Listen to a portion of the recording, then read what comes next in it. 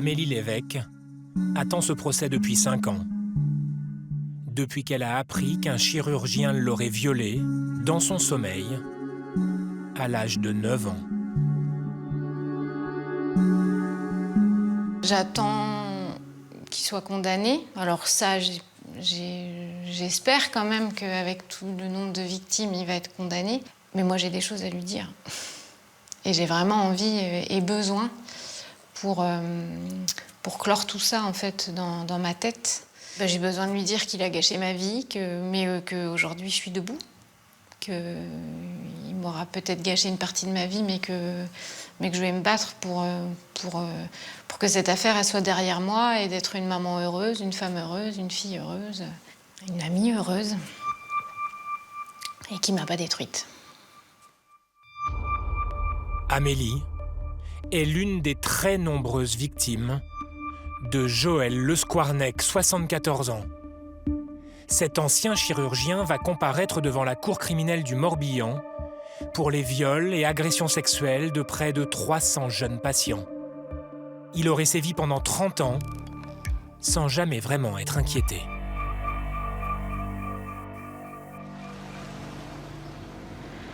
Le parcours criminel de Joël Le Squarnec a pris fin en 2017 à Jonzac, en Charente-Maritime. Laura et Jérôme rentrent d'une promenade en forêt avec leur fils de 2 ans et leur fillette, âgée de 6 ans. Leur voisin, très discret, s'appelle Joël Le Squarnec. En rentrant de cette balade, je décide d'aller fumer une cigarette dans mon jardin. Les enfants sont là et donc on voit monsieur Le Squarnec, parce qu'on a cette canisse qui nous sépare entre les deux jardins. Puis il me dit « Oh, bon alors vous avez été vous promener ?» Oui, oui. Et là ma fille me demande « Papa, je veux qu'on rentre voir les photos ». Donc je lui dis bah, « Écoute, attends 2 minutes, je finis ma cigarette, j'arrive ». Puis elle continue, elle insiste, mais vraiment d'une tête bizarre, à me dire « Papa, je vois que c'est pas normal ». Donc je m'excuse, je pose ma cigarette, je la finis même pas, et puis je suis ma fille dans le salon. Et là, elle est complètement ailleurs, et elle me dit « Papa, si je te dis quelque chose, tu me fâcheras pas ». Et là, elle me dit bah, « Le monsieur m'a fait voir son zizi ». Je réagis mal. Hein. Je suis partie avec elle le soir dans sa chambre, je lui ai donné une poupée en lui demandant de me mimer les gestes qu'il avait eus avec elle.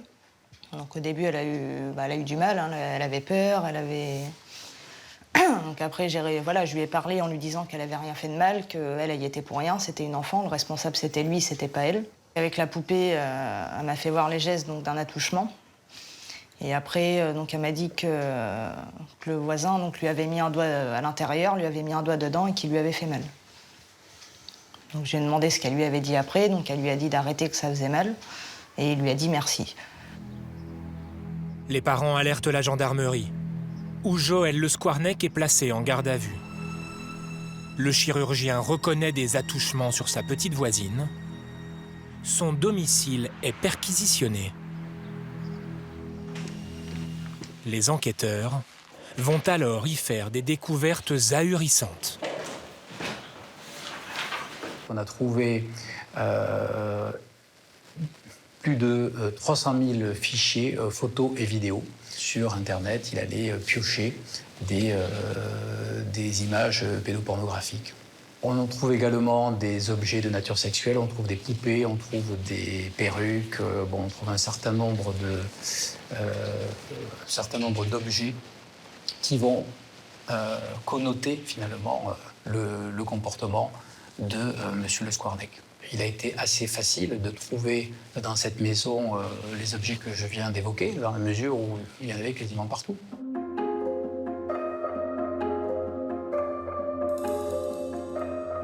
Interrogé sur la vingtaine de poupées découvertes chez lui, Joël Le Squarnec ne cache pas ses déviances. Vous me demandez à quoi servent ces poupées ? À remplacer une vraie petite fille lors d'un acte sexuel.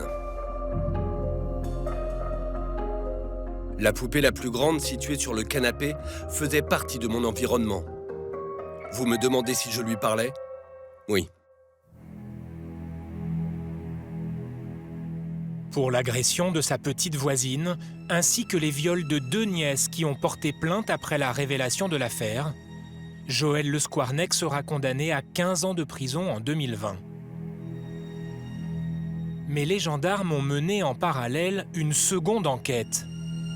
Ils ont en effet découvert chez lui les journaux intimes qu'il rédigeait depuis les années 80. Des centaines de récits de viols détaillés qu'il raconte commettre à l'hôpital sur des enfants dont il donne le prénom, le plus souvent alors qu'ils sont encore sous l'effet de l'anesthésie.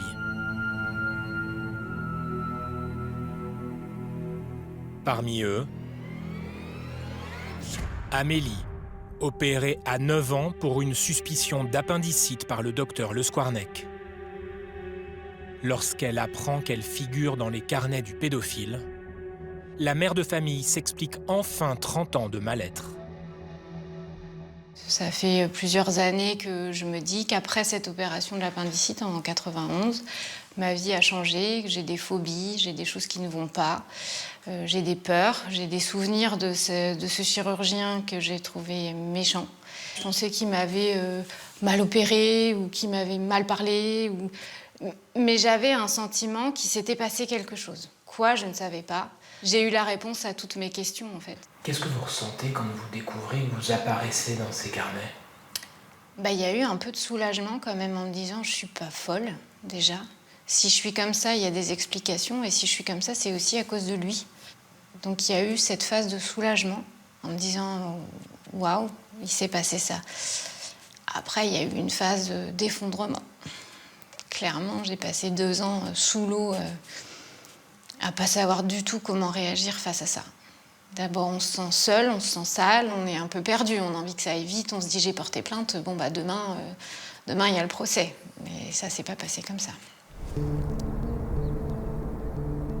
Grâce au carnet, les gendarmes identifient puis interrogent les victimes les unes après les autres. Juliette a été opérée à l'âge de 7 ans par Joël Le Squarnec. Elle gardait le souvenir d'une hospitalisation s'étant bien déroulée jusqu'à son audition 17 ans plus tard. Le gendarme m'explique que mon nom figure dans son carnet, qu'il a écrit sur moi. Donc de là, j'ai commencé à lire les 3 premières lignes. Et d'un coup, il y a tout qui ressurgit et j'ai des flashs qui me reviennent en tête.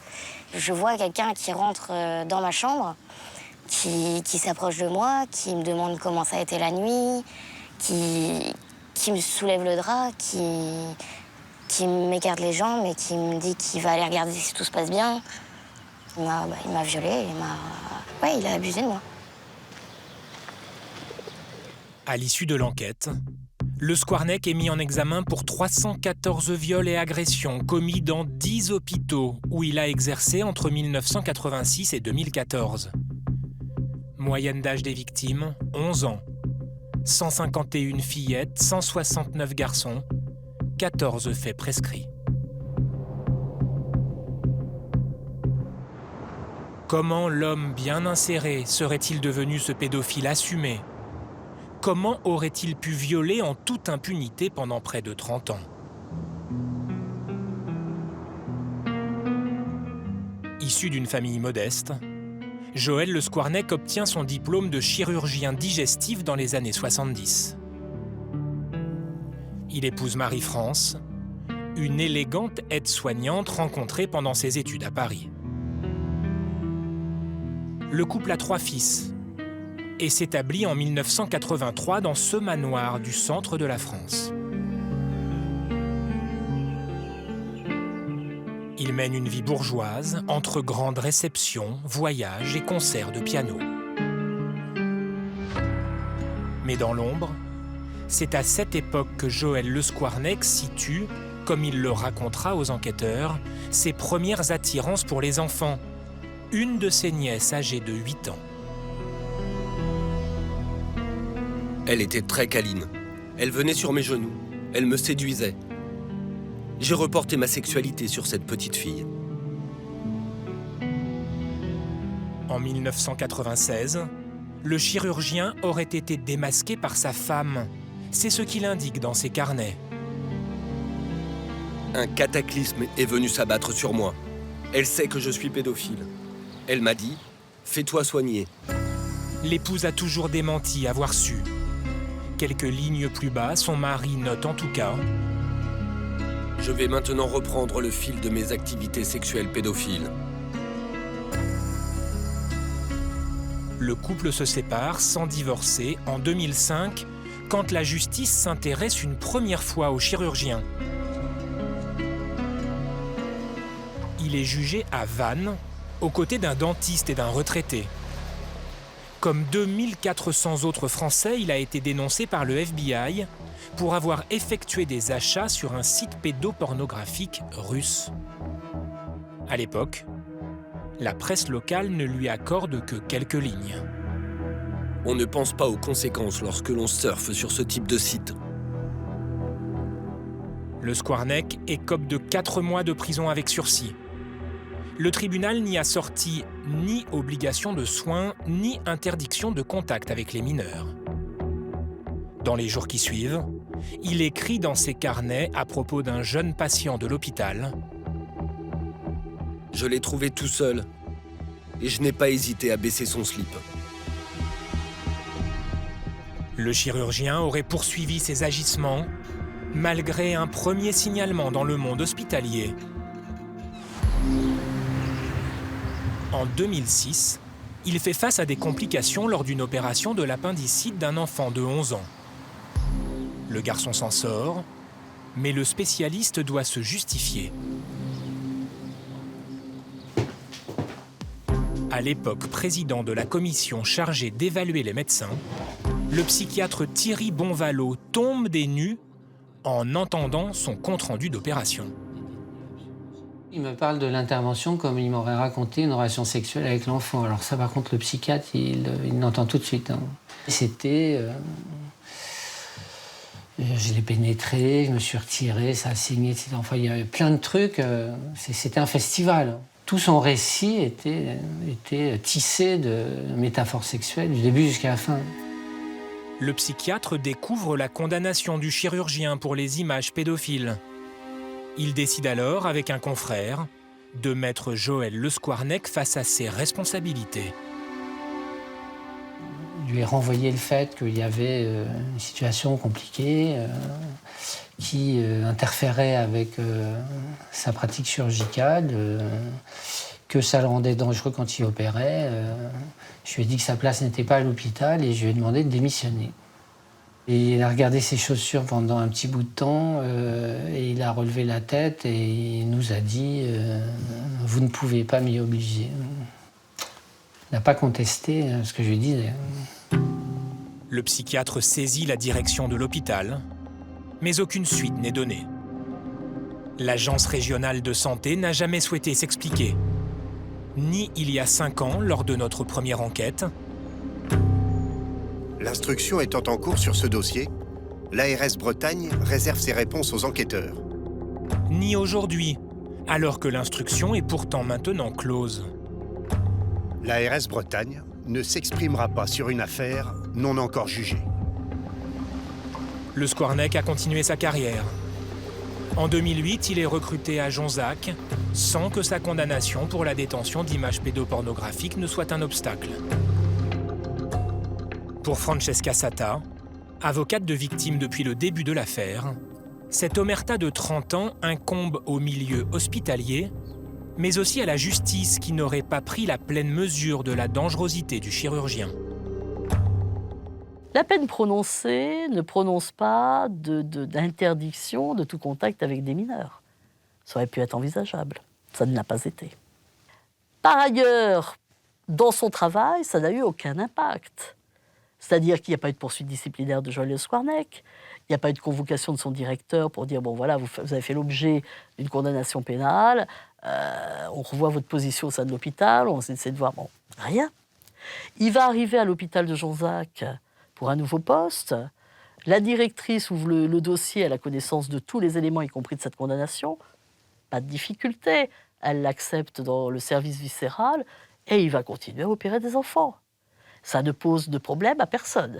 Peut-être a-t-on fait passer des problèmes d'attendance administrative, nécessité d'avoir un bon chirurgien au sein de ces locaux et on ne va pas les jeter l'opprobre sur l'hôpital pour faire en sorte de chasser toute la patientèle qui peut venir. Ça peut être aussi une explication. Joël Le Squarnec serait, en nombre de victimes, le pire pédophile de l'histoire judiciaire en France.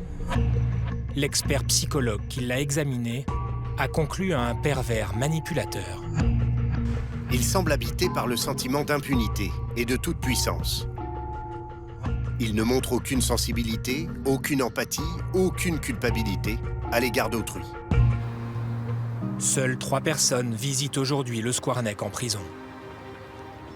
Parmi elles, son ex-épouse Marie-France. Celle-ci n'a pas souhaité être filmée, mais a accepté de nous rencontrer chez elle en Bretagne.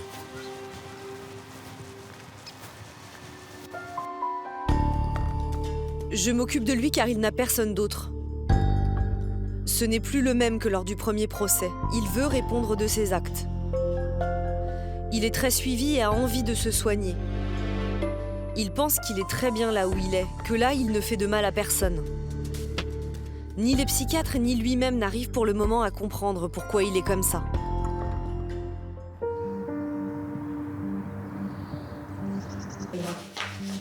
Le petit-fils de Morissette et Roland n'assistera pas au procès qui commence demain.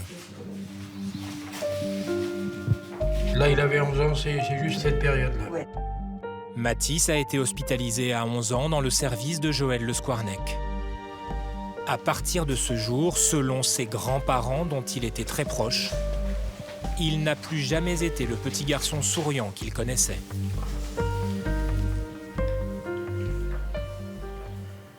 C'est venu progressivement. C'était tout petit ce qu'on voyait, le changement, mais il y avait du changement. Et puis après, ça a été l'escalade. Une longue descente aux enfers entre mal-être, drogue et repli sur lui-même. On lui a dit, tu sais, Mathis, si tu as besoin de parler, on est là. Et ça l'aurait aidé de se vider carrément. Et j'espérais, mais il gardait des choses. Et je pense qu'il se sentait coupable. Mathis est mort d'une overdose, 3 ans après avoir appris que Joël Le Squarnec racontait l'avoir agressé sexuellement dans ses carnets. Il avait 24 ans. Il était au bout. Le tunnel était trop long, il ne voyait pas le jour. Il en avait ras le bol. Alors c'est pour ça que je dis que le Squarnec, il l'a tué. Il ne lui a pas donné un coup de revolver ou un coup de couteau, ou ce que vous voulez, il l'a tué. Il l'a empoisonné. Il l'a tué. C'est un truc que je dirais au tribunal. Le procès, vous allez y aller. Ah, d'office. Dans quel état d'esprit vous êtes? Lui surtout, pour remplacer mon petit-fils. Pouvoir parler à sa place. Ce qu'il n'a pas pu dire, et puis il pourra plus dire, être là. Puis que l'autre me regarde dans les yeux, surtout. Je vais lui dire, regarde bien autour de toi ce que tu as fait. Regarde bien les victimes que tu as fait là. Les avocats de Joël Le Squarnec n'ont pas souhaité s'exprimer. Le procès du chirurgien, qui reconnaît une grande partie des agressions sur les 300 patients qu'il cite dans ses carnets, mais qui reste présumé innocent, doit durer 4 mois.